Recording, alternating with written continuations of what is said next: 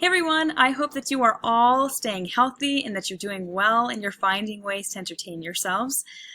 Let me tell you before I begin, it is so weird being in an empty school without students. Teachers do not go into teaching because we want fame or fortune. It's because we want to work with students like you. So just know that during this time, you are sorely missed. Because we're in such a weird and unprecedented time, I just wanted to put together a video for you to explain to you what my expectations will be as we move forward with e-learning, but I also wanted to share some tips with you to explain how you can be successful as we try to navigate these waters together. Let's begin.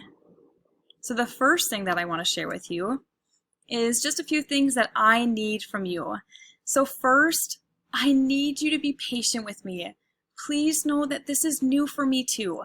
I've never taught anything online, and so I'm still trying to figure it all out as well.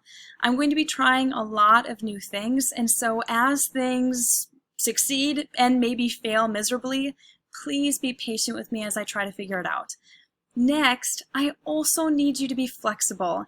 I'm going to be trying new tools and apps and different strategies that work well with online learning. And like I said before, some of those strategies and different tools will work really well. Others of them might be a terrible flop. So please be flexible as I try new things. And then lastly, I need you to communicate with me. I will not be able to read your minds, especially as we are working at a distance. And so I need you to communicate with me so that you can tell me what you need from me so that I can make necessary changes to help us all be successful during this time. Next thing that I want to go over with you is some upcoming changes. Now, some of these changes are changes that I've been able to make decisions for as the teacher. Others of these changes have been made for me by the administration. So the first big change that you will see for our English 9 class is changes in the gradebook. So our administration has decided that all classes are going to be recorded as a pass-fail. So please know that I'm still going to be assessing your work. So anytime I collect an essay from you or if I'm doing an online discussion with you, I'm still looking at your work to review what you've done to decide if you've passed or failed that assignment. And so please don't look at this change as a rubber stamp to just pass the class because you've logged in and done some of your work. You still need to be doing the assessments as best as you can so I can still decide if you've passed or failed that class. If you have any questions or concerns regarding this change, send an email to Mr. Nelson. Next, we are still going to be reading our Reading Counts books. However, I'm not going to be requiring that we have 100,000 words read by the end of quarter 3 because this unprecedented time kind of took away the end of quarter 3 from us. So instead, you're still going to have 100,000 words due, but it's not going to be due at the end of the quarter. You'll actually have until the end of the semester. So keep reading your books. I will send out more information at a later date to tell you how you can get credit for the books that you've read. Next, we're still going to be using no red ink during this time, but instead we're going to be using it for practice assignments, and we're potentially also going to use it for testing and assessments as well. So just know that that's a potential change coming up. Other upcoming changes is I am going to be changing my LMS or my learning management system from Google Classroom to Schoology. Now, this might feel really weird to be changing our LMS at such a weird time. However, I'm making this switch for a couple of reasons. First, I'm making the switch because next year we're going to be moving to Schoology anyway. So I figured that if I had to do this work eventually, I might as well use this as an opportunity to get prepared for next year. The second reason why I'm using Schoology instead of Google Classroom is it's a really easy way for me to stay organized as we move to online learning, and I think that organization will be the key here. So I'm going to pause this presentation for just a second, and I'm going to show you what Schoology kind of looks like. And so you won't be able to see this, of course, because this is my teacher dashboard. But I'm going to show you a course just so you can kind of see what that looks like. I'll show you my Period 1 English class. And so as you log into Schoology, you'll probably notice that it looks a lot like a social media page. And so you have the option to add a profile picture if you want. You can write a bio as well. Not required, of course, but something that you can do for fun. And so as you log in, you'll be able to see everything that I posted on this page here. And then I think just for the time being, to try to stay as organized as possible, I'm going to be using folders for each of our weeks. And so I have a folder created for all of our weeks that bring us to the end of the year. I'm hoping that we're back in class soon, but just in the case that we're not, I'm trying to be as prepared as possible. So I'm going to show you, if you drop down this folder, it should hopefully load with your assignments. I'm going to open up the folder just in case to see if that works better. Okay, so when I click on that title, it allows me to see everything that's in this folder. Right now I only have 2 things. That's because I'm still trying to build the online course, so just be patient with me as I add resources there for you. But this will give you every assignment that's due by the end of week 1. Okay, so that's just kind of a quick view of our Schoology. I'm going to flip back now to our presentation. The next big change is the attendance policy. So this is a new school policy, not a decision that I made, but in order to be considered present or in class, you have to be doing your assignments. If you miss a due date, you'll be counted as absent. So just be aware of that change. It's a pretty big change.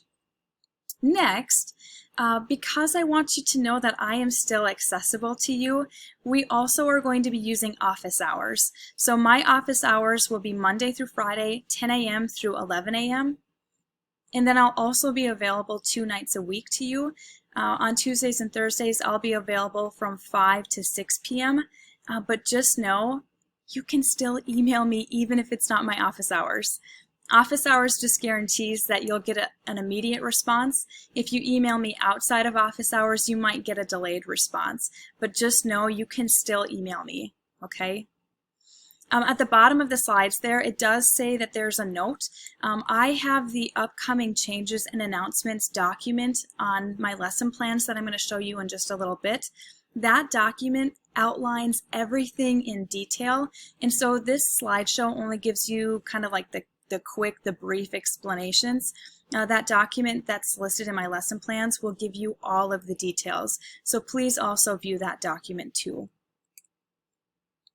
The next thing that I want to show you is my lesson plan document. Now this is a document that I'm going to share out with all students and parents so that we're all on the same page, so you know what to expect moving forward. So I'm going to open up that lesson plan. And this is just a Google Doc that I'll be adding to as frequently as possible. As you look at this though, it might look really overwhelming, and that's because I've tried to list everything that you'll need for the entire week, because teachers have to have our lesson plans posted by 8 a.m. on Mondays, and so I'm trying to get as ahead as possible. A couple of things. Anytime you see text that's underlined and in blue, that's an embedded link that you can actually click on, and it will bring you to a document or an embedded slideshow or resource. And so I'll show you how that works there. Anything that you see in red is listed as a due date.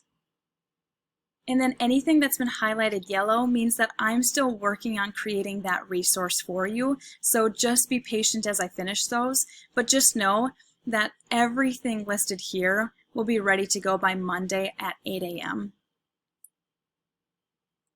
I'm going to flip it back to our slideshow. The last things that I want to cover with you are simple tips that you can use to be successful for online learning. So the first tip is to check your school email often. There's going to be a lot of updates coming your way, and so I'm hoping that if you're checking your emails, you're going to be in the loop and you'll be well informed about upcoming changes. Next, please make sure that you follow the posted lesson plans. I've tried to make them as detailed as possible simply to help you, so use that as a resource. Okay? Also, a tip for you.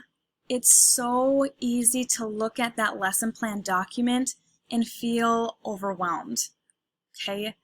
Please just take it one day at a time. You don't have to do all of those assignments all at once. Another thing that you should consider doing is consider creating a consistent schedule for yourself. So for instance, maybe at 10 a.m. you want to log in and do English every day, and then at 11 you can log in and do history work. If you try to be consistent during this time, you're more likely to finish your assignments on time, and you're less likely to be overwhelmed. Another tip for you is to take breaks. Take a break from your schoolwork and do something that you want to do because it makes you happy. Your mental health during this time is so important, so be good to yourself. The next tip is to write down deadlines and due dates in a calendar or an agenda book. This will help you stay organized. If I flip back to my lesson plan document, you'll see that, like I said, I have all of the due dates. But also, you'll have multiple days to work on those assignments, and so keeping an agenda book can help you keep those dates and assignments as organized as possible.